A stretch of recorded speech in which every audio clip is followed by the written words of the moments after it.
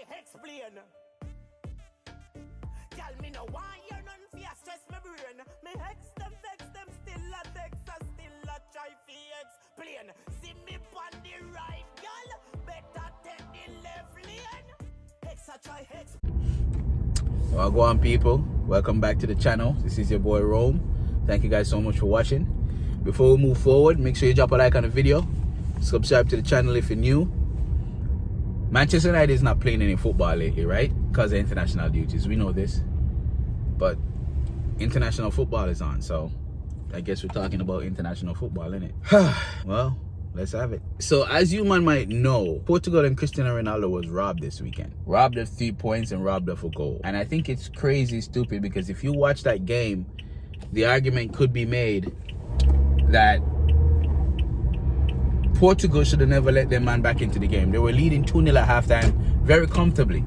2 sweet goals from that dude that plays for Liverpool, right? And you know, they were cruising. They should have never let their man back in the game. But these guys came back and equalized. And in the very last second of the game, ball over the top, Cristiano Ronaldo, one touch, past the keeper, into the goal, and the defender came in. Wonderful defending, I must say. It was a great attempt, but the fact of the matter is the ball went over the line. No doubt, the freaking ball went over the goddamn line. But the referee didn't call for a goal. I don't know whether it was the linesman didn't catch up to the play, because that's probably what it was. The linesman was Cristiano Ronaldo was celebrating, and the linesman was still running towards the corner flag. He was nowhere near the play, right? So they didn't catch that it was a clear goal. This man cleared the ball off his line, and his knee, while fully extended, was on the goal line, which means the ball was obviously on the other side of the line. It was a goal. My question is, and I have to ask this to FIFA, instead of taking all your money and giving it to all your executives and creating all sorts of fraud around the world, why is it that you're not investing in your World Cup qualifiers, blood? Why? Because you're talking about the single most anticipated sporting event in the world. We're not just talking about in a continent. We're not just talking about North America, South America, or Australia. We're talking about in the goddamn world. There are people all over this world, billions of people who tune in to watch the FIFA World Cup, bruv. Billions of people who look forward to this event every year. And you have nations upon nations vying to qualify for this competition. And you cannot invest in getting goal line technology for this competition, for your qualifiers? This is bullshit. This is absolute shit. I mean,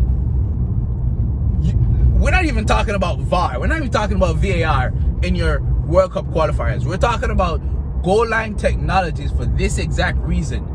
Now, you just deprived Portugal, who lost their first game, right? You just deprived Portugal of 3 points. Yeah? Now the entire nation of Portugal is up in arms. Cristiano Ronaldo is mad as fuck. The referees are apologizing to the head coach of Portugal, but that still doesn't help the fact that they didn't have a watch on that just pinged them to say, yes, the ball went over the goddamn line. From FIFA, blood. The governing body of football. The most watched sport in the entire universe, blood. I'm pretty sure if there's aliens, them man up there playing football right now, blood. Right now, aliens on the other side of Mars, bruv, playing football. That's how popular this sport is. And FIFA around here fucking themselves, bruv. Yo, y'all need to take your finger out of your body hole, bruv. Swear.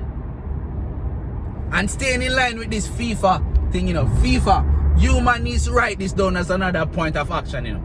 You need to reach out to the FA. Well, I know you and the FA share 2 letters, FA, FIFA. And then you guys to reach out to the FA and talk to them about this England team, right? Because I swear to you, I tell you guys, listen, I know it's like, I have like what, 10 freaking maybe 15 followers on YouTube. I don't care. I'm going to tell you guys anyway. Listen, I think it is a felony. It's absolute travesty of justice to have Gareth Wastegate coaching this current English team. I think it's an absolute travesty of justice because these men are so freaking talented. This man is in charge of a squad without man like Jadon Sancho, without man like Jack Grealish, and he's still a formidable squad. You think France team packed, the England team is way better talent-wise than France, bro. And this Gareth Wastegate, this waste man called Gareth Wastegate, right? In charge of this England team with this current crop of players, youth and skill, everything you can ask for in our team. From the goalkeeper, this man have 3 goalkeepers we can choose from. Pope, Henderson, the waste man from Everton, can't remember his name. So much players this man have to choose from goalkeeper all the way up to striker. Left back, right back, him flushed. People him not call. Right? You have one Bissaka where him not even a call. See, Trent Alexander, him not even a call. Right? So many players you have at your disposal in every single position. And you have your country team a play like that, bruv. This have to be a travesty of justice, bruv. This man needs to be locked up. You understand? You know what this is? This is let me tell you exactly what this is. This is like going to Amsterdam at a brothel on a free-for-all Friday with a box stack of Trojan condoms and walking at the brothel asking for hand jobs. Don't make no bumbuckler sense. Gareth Wastegate, no bumbuckler sense. Like, why would you, as a coach with so much talent, playing San Bernardino or Rock of Gibraltar? That's the last 2 games, you know. Some European country where have like 10 people. San Bernardino, I don't even know them name. And Rock of Gibraltar. And you're playing 2 central defensive midfield. Why? This last game against Gibraltar, or whatever them name, this man playing Declan Rice and Kevin Phillips in the midfield. You're playing a 2 central defensive midfield. I expect to get an exciting game. People are watching international football and want to cry blood. You understand? I can understand when Manchester United do it because they don't have any other option. Right? But you have man like Phil Foden on the bench, blood. You understand what I say? You have a box-to-box like James Ward-Prowse. See? And you have play Kevin Phillips and Declan Rice in the same team, blood. How that makes sense? Help me make that make sense. Make that make sense to me in one way or the other. Declan Rice play for West Ham week in, week out as the only defensive midfielder versus team like Man City, Manchester United, Chelsea, Arsenal. You understand? And him play as himself as the only defensive midfielder. And him can't play against Gibraltar as the only defensive midfielder. Kevin Phillips play for one of the most progressive attacking teams in the whole of the Premier League. Yes, them lose a lot, but Kevin Phillips hold him on as the only defensive midfielder in the Leeds team. Win or lose. And him can't play against San Bernardino by himself. I'm moving this man. This man, I swear to you, bro. I swear to you. I swear to you. This man is a travesty. This man is supposed to be coaching England. I don't support England. Right? The 2 teams we support are Jamaica and Argentina. Right? And Argentina is one of the greatest footballers in the world, the football ever seen. And them play for shit when they play for Argentina. And Jamaica still can't build a team.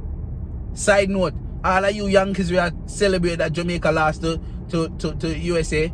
Y'all play a B-Tech Jamaican team, okay? A B-Tech Jamaican side you play. Leave me alone.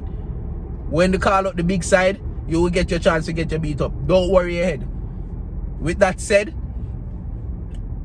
I would like to see a competitive international football game. We know international football is slow, sometimes lethargic because the guys don't play together very often and they come in under a different coach, different philosophy. So a lot of times they take the time to try to find the players, trying the passes. When you're watching club football, these men spend every second together, so they don't have to look to know that their player will be at the corner, so they make the passes faster. So international football sometimes can be boring and it can be lethargic, but still, blood.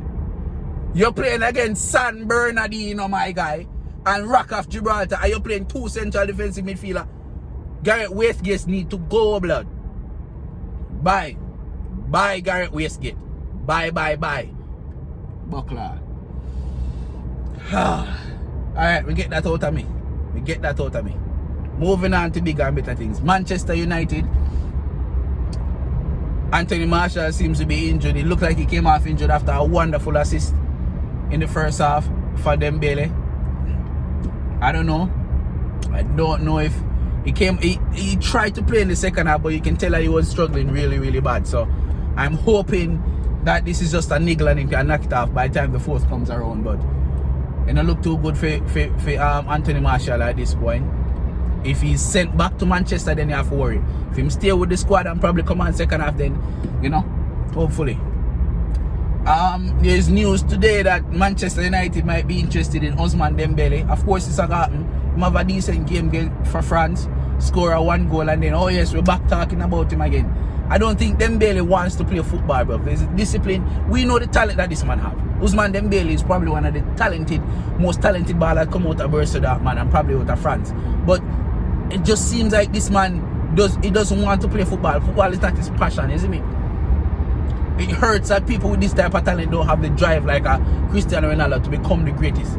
But I just don't see it. Maybe it's there and we're not seeing it, but I don't think that Dembele is really what we should be focused on. I think Manchester United should buy 2 ballers this summer.